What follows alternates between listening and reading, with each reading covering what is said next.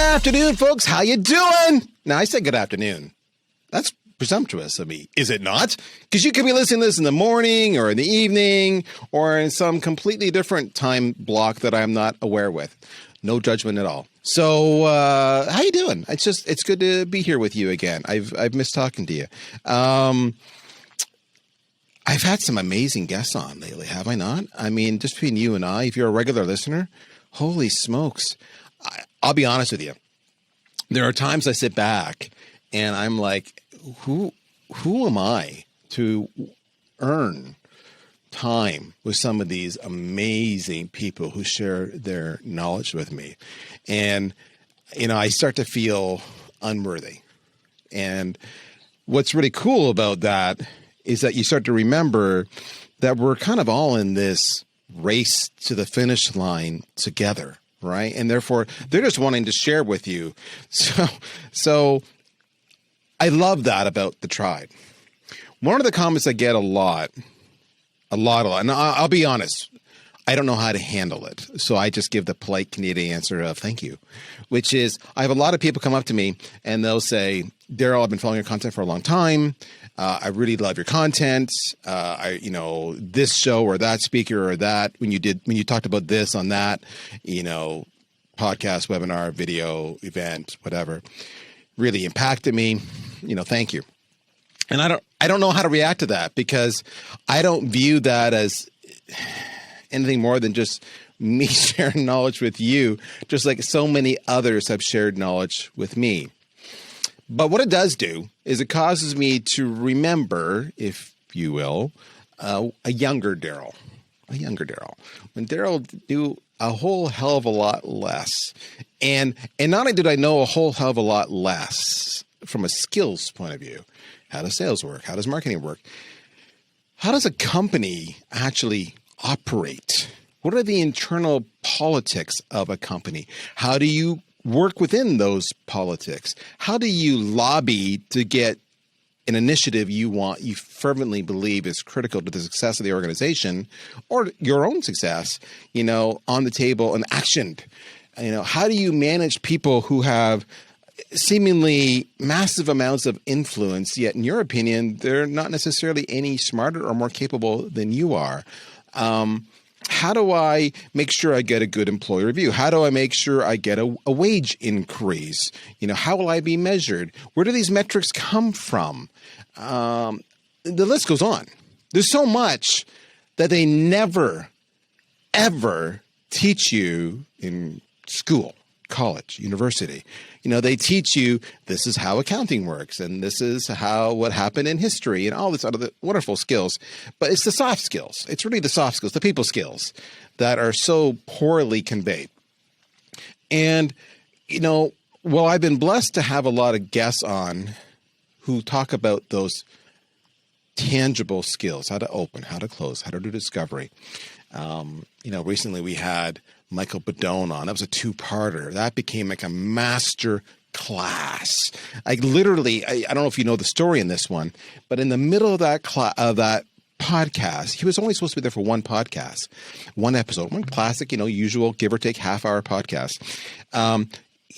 The energy, the knowledge sharing, it just went off the charts. And Michael, and there's a reason I have Michael on the show periodically, he just started going off into like master class.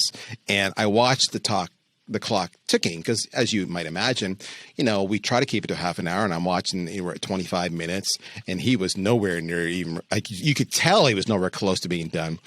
And then he was 30, and then he was 35, and he was 40. And I'm thinking, what do I do? Because I'm going to let him go. I'm not going to stop this cat because the knowledge is incredible. And my producer messages me and says, let's make this a two-parter. And I'm like, yes, because then I had permission to go the full hour. And so in real time, we turned a single episode into a two-part episode because it was knowledge sharing.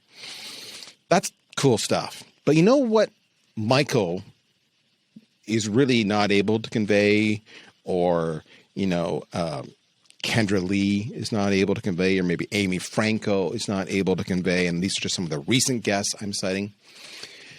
What they're not able to convey because of their tenure and their experience is what it's like to be 20, 25, 28, 29, maybe 30, when you're still trying to figure stuff out, and you're still trying to adapt from, leaving mom and dad, all right, to going out on your own, to trying to hold down a job and pay your bills, to try to actually have some tenure under your job, to actually then starting to excel at your job because you've started to figure stuff out, to actually go into best in class. And there's a journey there that they're just too far gone to relate to. But candidly, this is where all of you are at. So it's important for me to share not just what the experts say, but what people just like you in your situation have learned. They've learned it last week, the last month, last quarter, last year, and they've applied it. So I thought to myself, who do I know that fits that mold, that is still, really, I want to say this, I got to be very politically correct when I say this, relatively young and in their career, yet has made a massive progression, has had peaks and valleys, has had ups and downs, has fought with their boss and learned how to attack and how to retreat, right? And then has had successes follow them throughout the journey and would be willing to come in here and share with you their lessons learned, their story, so you can relate to them as opposed to me. And of course, as you might imagine, you know best what you live with every single day. And I live with the amazing Rachel Spencer. Rachel is literally our top sales rep here at VanillaSoft. She has come into her own. She specializes in the higher education vertical. It's part of our overall, givings vertical, where you can have different, you maybe have hospitals or charities or higher education. Maybe they're trying to raise money through going back to their alumni and their alumnus to fund other investments on the campuses. So that is a big business on its own. And even though what she's going to talk about today relates to that, she may not use words like sales or prospect, because for them, she's not necessarily selling, she's fundraising. But all the core skills and lessons learned and tips and tricks and tactics and challenges are the same. So without that, I've talked way too much. Rachel, welcome to the show. Hey, Darryl. Thanks for having me. Obviously, as you're my boss, I didn't have a lot of stakes in whether I chose to partake today, but I am delighted to be here. I'm privileged to join the ranks of the greats that have been on this podcast. Oh, that's funny. I love it. Well, so we're just going to have a loose conversation. I promise that this may or may not, I'm saying this won't affect your reviews, so we're good. Don't worry about that one. If you want to throw anybody else on your team, Fiona, Lucy, Danielle, the whole crew under the bus, now's your chance to do it publicly. So feel free to do that. So let me set the stage. So just give us quick and dirty, kind of like, what's your story? I'm assuming you went to school, college, university, and then what's happened kind of since then? What was your journey be? And you have like 30 seconds to do it. Go. I'm just kidding. So I did a law degree at Queen Mary University here in London. And during my time there, I took a job in the university call centre where I was tasked with reaching out to alumni and asking them to make charitable gifts towards the university. And happy to say I was the top fundraiser for 3 consecutive years. And then there was a really big joke amongst my family when I left university with this great law degree that I took a job in a call center, which, the parents didn't love, but they trusted the journey, or they do at least now in hindsight. So I then took a job at a place called Listen, who did a lot of outsourced tele-fundraising for heaps of different charities around the UK.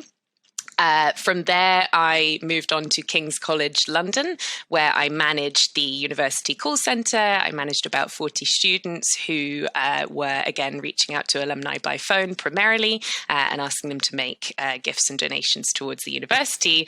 And while I was there, or indeed when I joined, my boss told me, hey, we've just made the decision to buy and implement this tool called VanillaSoft. that's on you. Make it happen. So the first 3 months in the job, I was really implementing the VanillaSoft solution. And then I used it, of course, for a couple of years to manage the team there.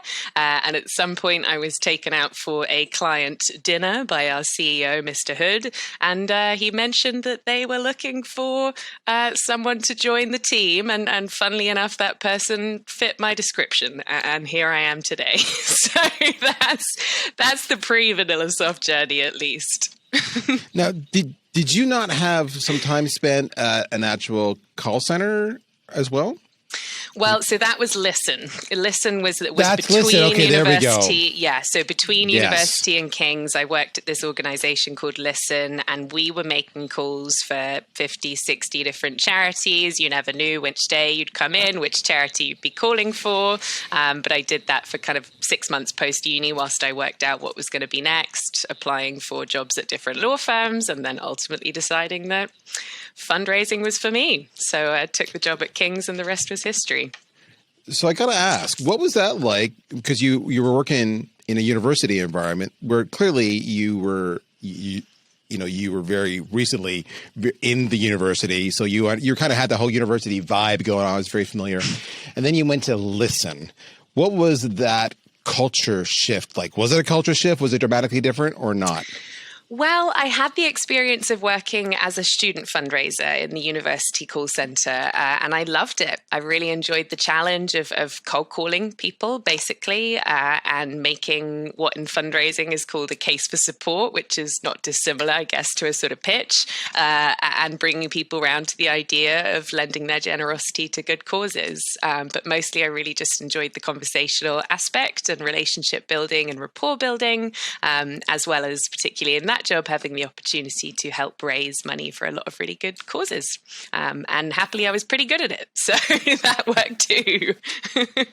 Now, one of the things I want the audience to understand, so let me relate, if you will, a little bit, typical sales, B2B sales to fundraising, just so you understand on the same pitch.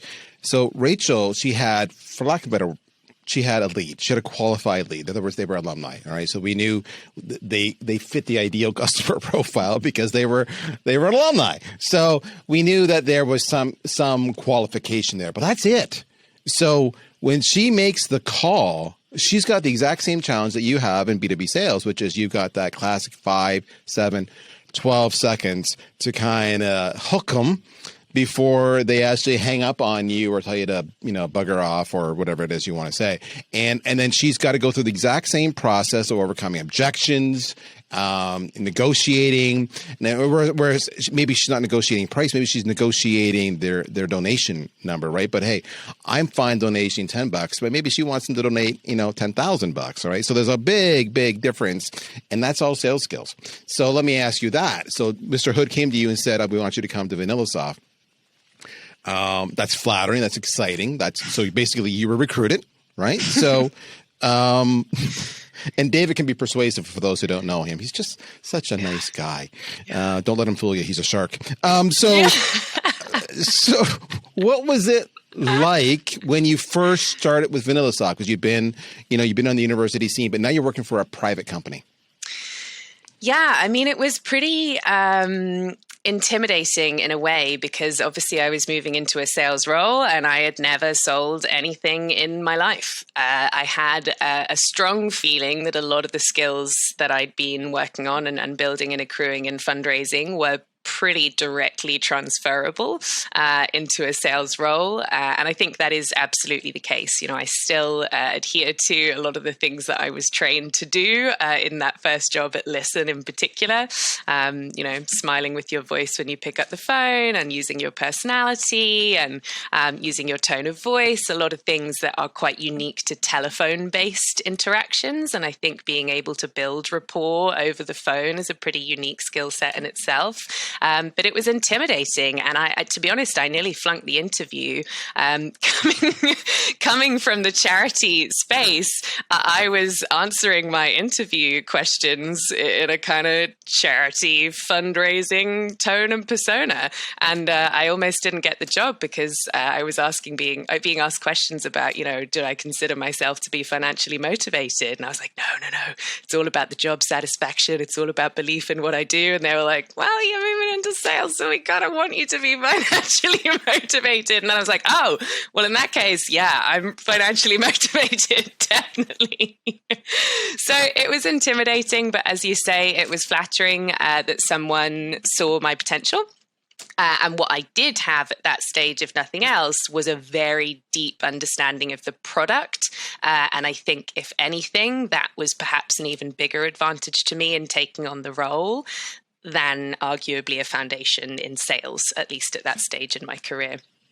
I agree with that. And that's actually one of the comments that I tell a lot of young sales professionals is you can't not know the product or service that you're selling, because you're the voice, you're the conviction, you're the enthusiasm, you're the infectious energy. And if you don't believe in it, I, as a buyer, sniff that out really fast. So let me ask you this. Have you worked alongside or had conversations with people about that, but you really do need to know the product and how it works?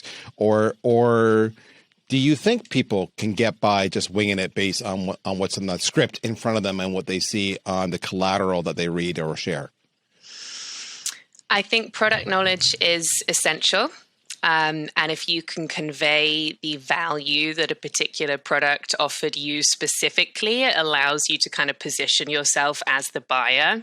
I was you, I was in your position, I know your pain and your challenges, and this is why I chose to implement this particular solution, and this is the benefits that I saw as a result. So it was really helpful in that respect.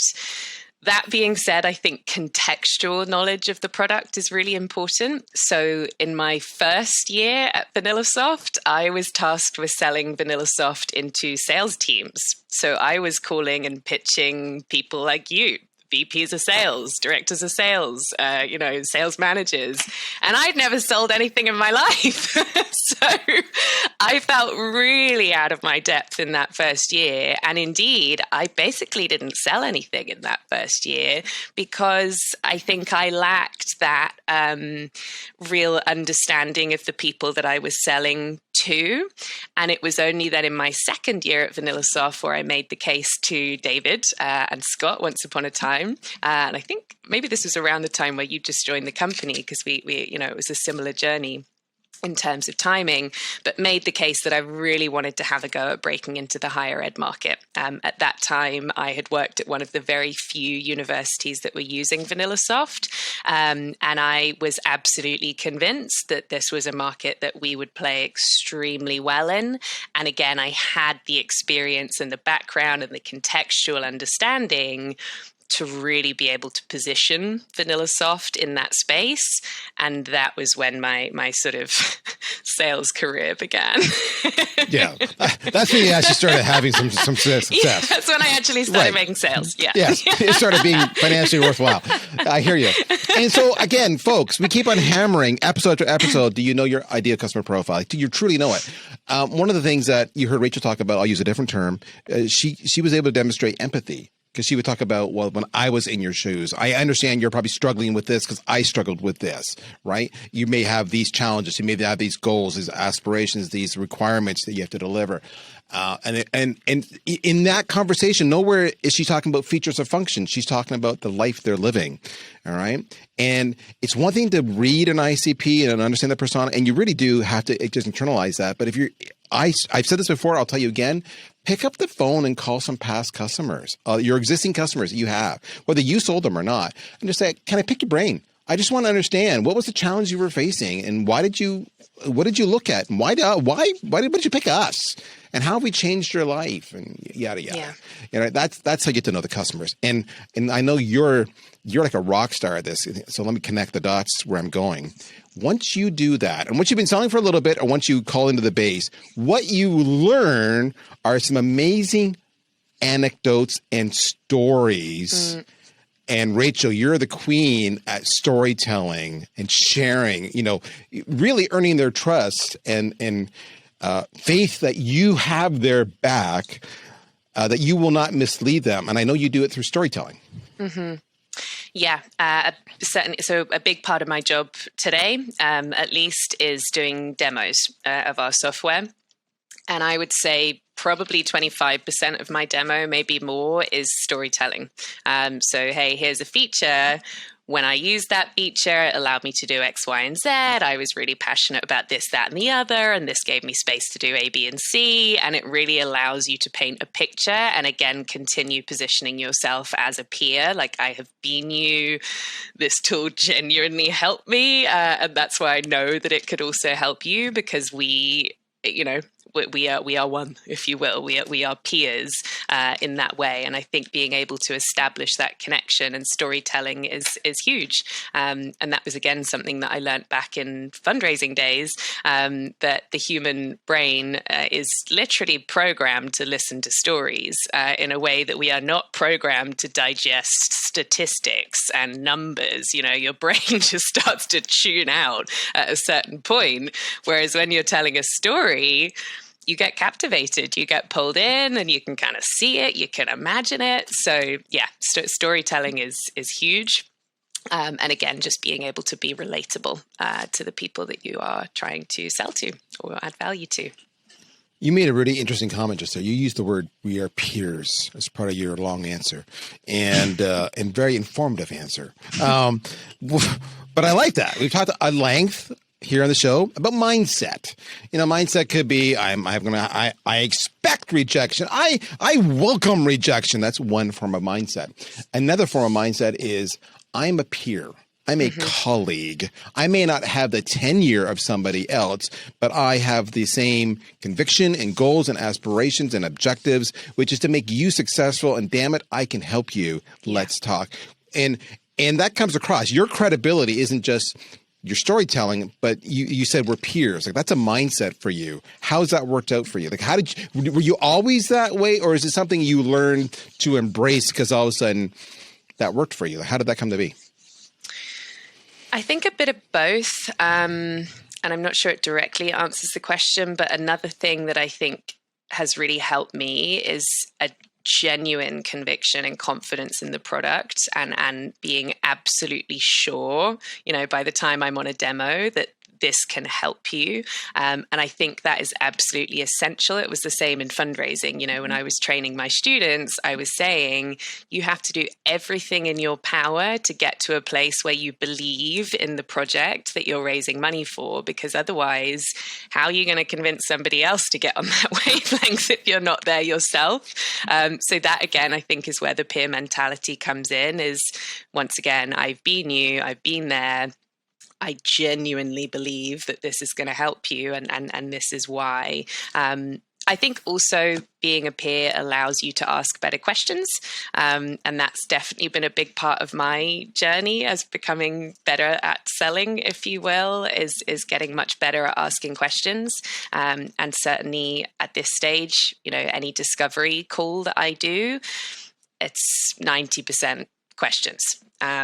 There's really no pitching happening at all, versus in my first year, when, again, I wasn't selling anything at all, I would just pitch to anyone that would listen. I was reeking of desperation in a way that just repels sales, I think. So yeah, having that confidence and conviction, and again, the understanding of the market allows you to relate, and I think allows you to have much better conversations, which then allows you to position your product.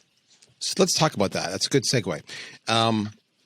Because I want to ask you this. So you've been with VanillaSoft for between 4 and 5 years. I won't go into specific, but I know that's ballpark roughly what it is. So you're just at that right point in your tenure. Like, for example, recruiters, if you're a recruiter, do not call Rachel. I will kick you down and I will hurt you. But you're at that 4 to 5 years experience selling. Like, you are like in demand right now because you've just got enough skills, but you're still hungry. And you probably are about to or have already just bought your first house. This is the classic stereotype, right? You may be about to embark upon a long-term relationship. So maybe there's going to be a marriage there. I'm not saying this for Rachel. I'm saying this is the stereotype. And so there's lots of financial expenditures. So this is like when we get sales reps, we're like, it's back to David's point. Are you money motivated? Well, I got a lot of bills. So yeah, I'm money motivated. So you get the 5 years and you're at that point in life when all of a sudden you have more expenses. This is your primo in a sales rep target. Now, with that said, because you've had enough experience, you said, I used to just do pitching and it made me cringe. And now I'm much more, I approach it differently. What were some of the bad habits or bad tendencies you did then that you look back upon now and you go, oof? Or a different way you can answer the question, what skills have you learned to develop that you didn't have then that have paid huge dividends? So one thing I'll just mention on the tenure side of things is I think that contextual experience is huge. And I know we did a study with the Telfer School in Ottawa a while ago that literally it was a direct correlation between tenure and time in a role and your success as a salesperson. So I think tenure is huge. A big part of what that has given me, at least, and also general sales experience, is confidence. I think the more confident you can be in your knowledge of the product and the sector that you're selling into, but also just in yourself, the more you can relax and just like have fun with the calls that you're having and the people that you're speaking to and really allow your personality to come through.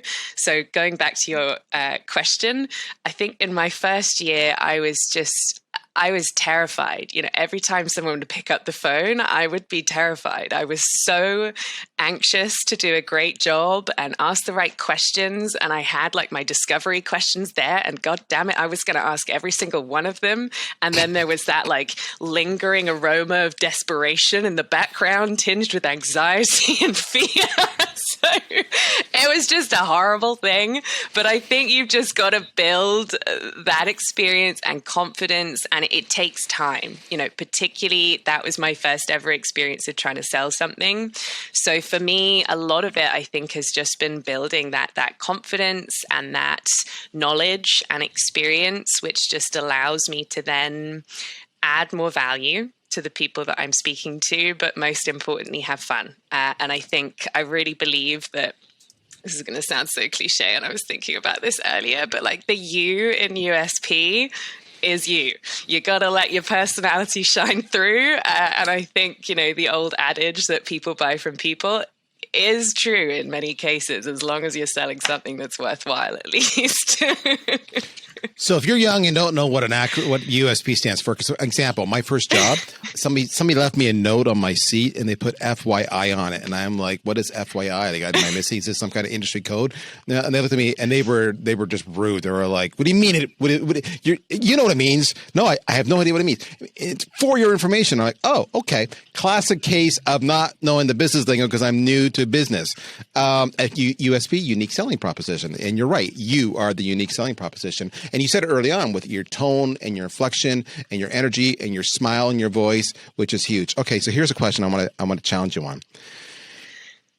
One or two or three skills that were the hardest for you to develop, and so from then to now, and this could be the same skill or this could be another one, the biggest skill you were asked to develop or technique to apply or tactic to use or methodology to follow that you pushed back on the most, that in hindsight, you're like, yeah, that was actually good advice. I didn't think it was at the time, but looking back on it, why was I giving them such a hard time? So there you go.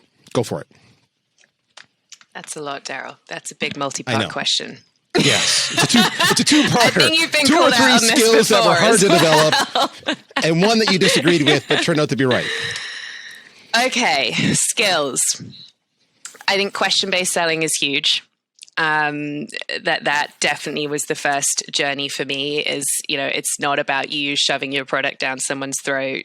As far as possible, just learn as much as you possibly can about that person, and then the very last thing you do is use all of that to then position your product effectively. One thing that I'm still working on, in the context of that kind of question-based selling, but I'm going to count this as a separate thing nonetheless, is when you're at the beginning of a discovery call and you ask the first few questions and it's all lining up and you're like, oh my God, you're the perfect prospect. This is it. I love you already. Yes, this is happening. We're going to do this. And then sometimes they'll say something like, oh, we're specifically looking for X, Y, and Z. And you're like, that's us. We do that. And it can be so hard even now to resist being like, we do all of those things and more, and suddenly start pitching, as opposed to being like, great, mental note, box is being ticked, carry on with the questions. Another thing that I'm still really working on is, and again, it's kind of related,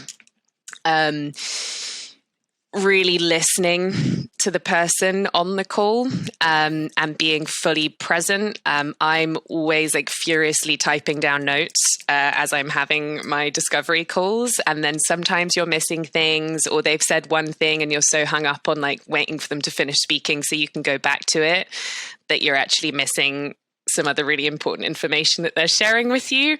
So I think, and again, I think it's important to have a plan for the calls that you're having. And I used to have that list of discovery questions that I was going to ask, but also staying present and staying with the prospect and being open to the conversation going in a different direction, but then, also keeping it focused. So a lot of stuff on the discovery call, I think, is where I'm still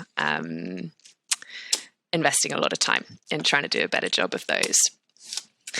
The one advice that I rejected, Darryl, I mean, maybe you can tell me. I'm not going there. I'm not going there. It's my job to challenge every single one of you guys. So I am not going here. You have to answer it. So one thing, I guess, that I'm still kind of struggling with it, is avoiding feature-based selling, because particularly, and I still feel this way in the higher education market that I sell into. And I now have a team of 3 other ladies that are also selling into that team, which is into that industry, which is amazing. I believe that it is the amazing feature set that VanillaSoft offers that is the value. We have so many incredible different features that you can be using and playing with. And I've had feedback all the time about, hey, your demos are really feature-based. And that's something that I'm constantly pushing back on. And that, people say you're just dumping loads of features on them. And I'm like, yeah, but that's kind of what our solution is all about. We got so many different things that you can be doing. So I think the feature-based selling thing I've struggled with, because I think features are important, but I do absolutely understand that it's the value behind those features that is ultimately more important. And I'm still working on kind of trying to convey that more effectively on the demo, rather than getting stuck in feature land. So that's a really good conversation for a lot of reps, right? So where we push back a little bit on Rachel, and it's hard. Here's the thing, as a sales leader, it's hard to push back on a sales rep who's having such success, right? Because they're having success, so that they must be right? And maybe your belief is wrong. But some of what you're teaching reps, this is from a sales, leader, if you will, who has the reps under them on the team. And in fairness, I want to be really clear in here. The actual day-to-day, Rachel's boss is Catherine. And if you at all listen to any of our content, Catherine Robble, she's fantastic. Catherine is the one that manages the team. I work with Catherine. So I'm one layer removed. It's all cool. But the problem is Catherine is caught in the middle. I tell Catherine, we don't have enough activity. We don't have this. We don't have that. I'm listening to some of the calls. I'm not hearing this. And then she goes and has to deal with it. Poor Catherine. So the challenge with the feature-based approach, and just where we have the back and forth, and this is a healthy conversation, by the way. There is no right or wrong answer, but there is, whenever in doubt, remember I've taught this to you all before, A/B test something, and then you have your answer. All right. That's the best part, is this. we teach our reps, you don't have to lead a demo with every single feature in the world because you will overwhelm them, all right? If you do your discovery properly and thoroughly, which is what she talked about, question-based selling, so important, then you can customize an initial demo to show them the features and functions that appeal to their initial needs. That can then lead to follow-on demos with other stakeholders where you get more deep on the technical side or more deep on the reporting side or whatever it might be based on that stakeholder. And that's more of a patience thing and then be intentional. To Rachel's point, she's hearing all the boxes being checked, and she just wants to jump in and say, "We do that. Here's the contract. Sign it now." And hey, if it works, it works, right? That's the whole point about having a methodology to your sales framework. And there's always going to be that tension between leaders and sellers, especially the high performance sellers. All right. That tension will never, ever go away. Rachel and I will never see eye to eye on this. But in the end, if she's hitting her numbers, she's going to get a lot of slack from me. That's just kind of how it works. It's wonderful that way. All right. We're out of time. So, Rachel. We're out of time. It went so quickly. I know. It goes fast, doesn't it? If you look back, this is your last question. You got to go quick now. What's, for somebody who's been in the industry, say, a year, 6 months to a year, and they're looking to you and you say, you've been here maybe, say, 5 years actively selling in the B2B world. What's the advice you're going to give them based on where they're at right now from your vantage point? Stick with it. Be patient. I didn't sell anything at all in my first year, and now I'm the top salesperson at the company. So stick with it. Know your product. Know your market. Arguably, yeah, I don't know which is more important, but that's where I would be spending almost all of your time. And try and have fun. And don't put too much pressure on yourself, because I think sometimes the more pressure you put on yourself, the more you just repel sales and what you're looking for. It's that horrible thing in sales where the more you want it, the less likely it is to happen. So relax, have fun. Remember the USP, or the U in the USP is you. I love it. Folks, that's Rachel Spencer. She's a kick-ass sales rep. She's as you can tell, she's charming with lots of energy. It's infectious. It's one of the reasons she's been successful. It's the U in the USP. That's what take away. Maybe those would be the podcast name. You are the U in USP. So there we go. Rachel, thank you for your time. Everybody, give her a follow on LinkedIn. That's it. We're actually beyond time, but it was just a dynamite conversation. I hope you enjoyed it. A little different. In the meantime, we will see you next week. Take care, folks. We'll talk to you soon. Bye-bye.